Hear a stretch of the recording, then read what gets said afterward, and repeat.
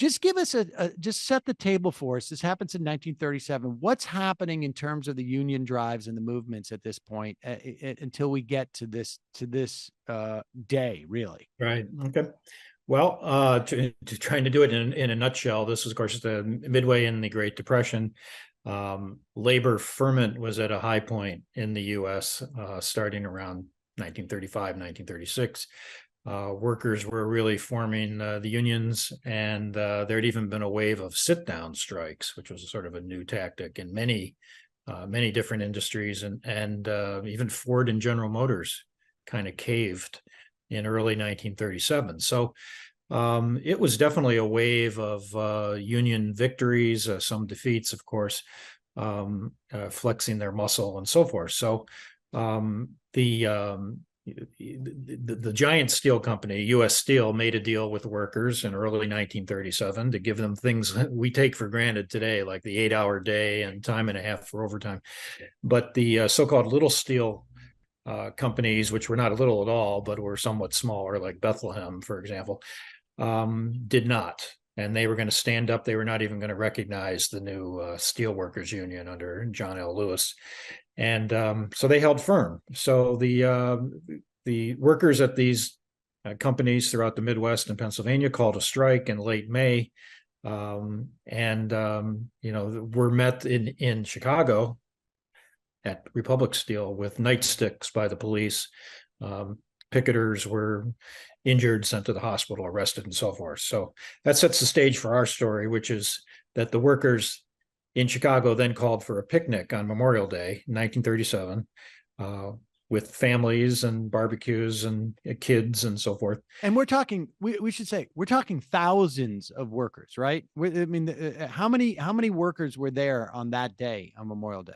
Well, the crowd was probably about 1,500, but it was made up of strikers, workers, other workers who supported them, and women and children for a Memorial Day picnic, 89 degrees and sunny. And so organizers then, let's, before we get to this part, what happens? Let's talk a little bit about Gridler. Girdler. Yes. He was adamant that he was not going to negotiate with the union. Right. Yeah. He was the head of Republic Steel, very anti-union.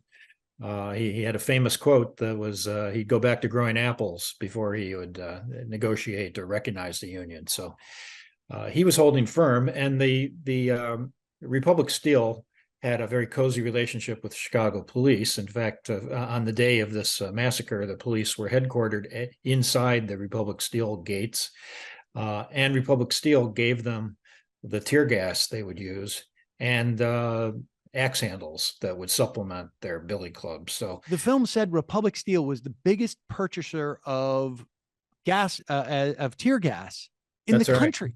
In the entire country. Yeah, I know. Well, they expected, and then they had trouble at other locations as well, besides Chicago. So they were well equipped and ready, and the police were ready to stop anything that happened. And what happened was this crowd was asked by organizers to march towards the plant, which was about 3 blocks away across a prairie, open prairie, and establish a legal picket, which the mayor of the city had said would be okay. He said it was okay to have a legal mass picket outside the plant. So they were halfway there when the large contingent of Chicago police halted them.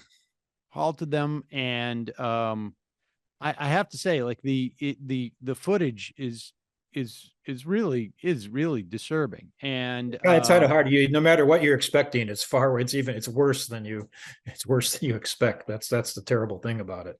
But the film is really not only about that moment, but all of, essentially, I mean, it's an important moment, I think, in labor history that has been buried.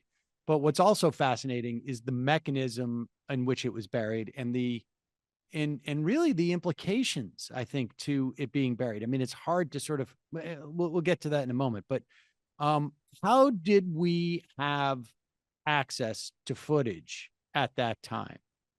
Okay. Well, a cameraman from Paramount News was on the scene. Now, if you, as you know, and most people know probably, newsreels were a big thing then. This, of course, is before television, and also people were, even during the Depression, were going to the movies every week. It was a big, it was big deal, like watching TV now.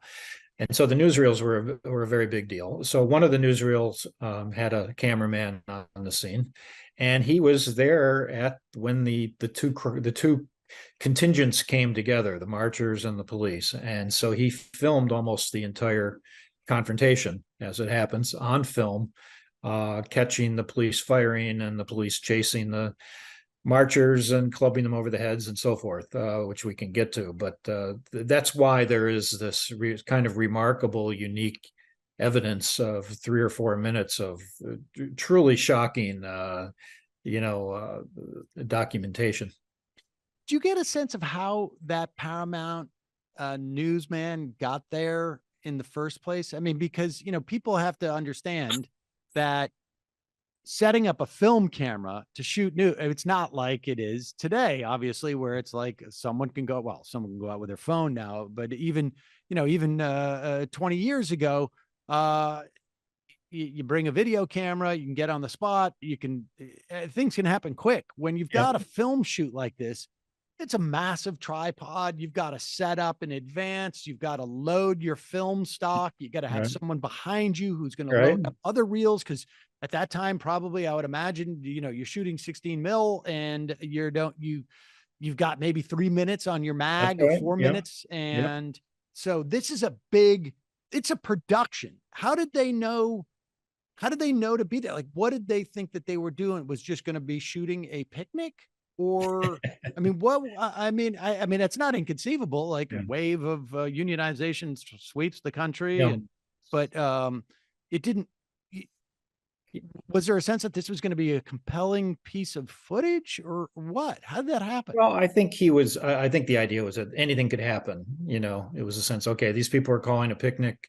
It sounds like it could be peaceful, not much would happen, but they would know the police were massing, and that because there had been just 2 nights before these street confrontations where the police went after a lot of the workers, and so there was a sense both sides were really geared up for something, but they certainly didn't expect anything like this. And I think the cameraman was there. I can't remember now. He had just shot the Indianapolis 500 or the Kentucky Derby or something, and so he went to Chicago and he was there. He did B-roll right outside the factory and showed picketers and kids on bicycles and things like that. And then he was there for the for what was going to happen. So I guess it was fortuitous, but then of course what happened to his footage then became the most controversial thing of all. Right. And we should say, as the premise for what happens to the footage, is that 10 people were shot. And in these, let's take it as it was delivered at them in the moment, these violent clashes where these, they were called savages, and there was a lot of racial implications, and that they were high on marijuana. And they had attacked the police, who, like you mentioned in the film, had huge stores of tear gas and axe handles in addition to sort of their regular police gear. And that was the story, that it was like a violent clash.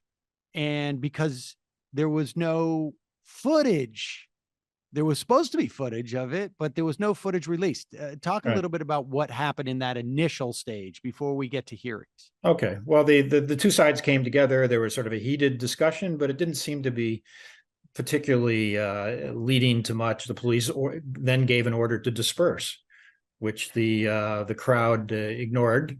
There may have been a few there's a sort of difference of opinion, or a few rocks were thrown towards the police, and the police suddenly opened fire at point blank range, including there were women near the front ranks, and the crowd immediately fled, and the police kept firing pistols. And then they waded through the crowd. They chased people and hit them over the head. They waded through the crowd and beat people on the ground, including women.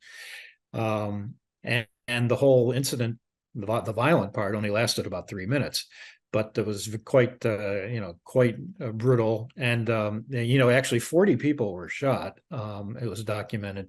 The vast majority of them in the back or the side, like 80% of them in the back or side.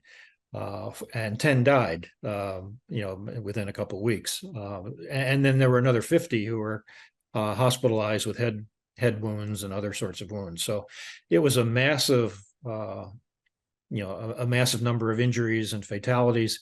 On the police side, there were just a handful who required any sort of treatment for minor injuries. There wasn't a single major police injury.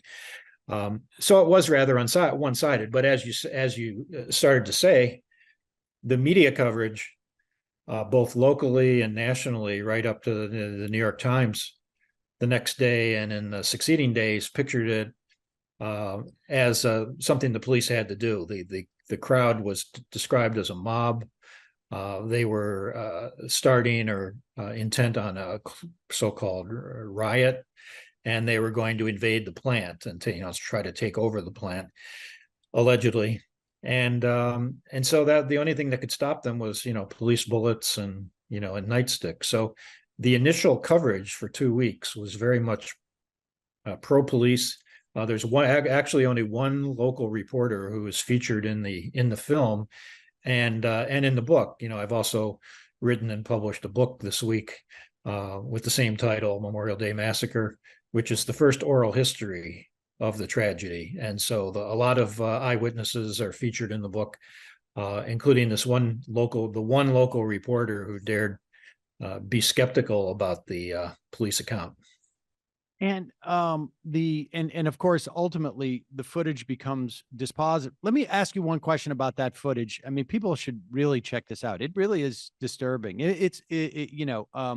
There's sound too associated with it. Is that the original sound? Yeah. Oh, yeah. Absolutely. Because the sound is almost more disturbing than the images on some level, because you get a sense of just how much they opened fire. This was not like one police officer. This was, it really 200 shots, that estimated 200 shots. Yeah.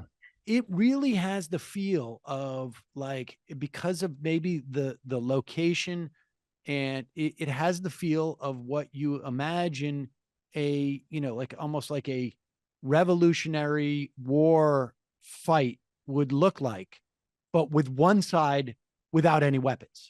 That's right. Yeah. I mean, it really, I mean, it's crazy in that regard.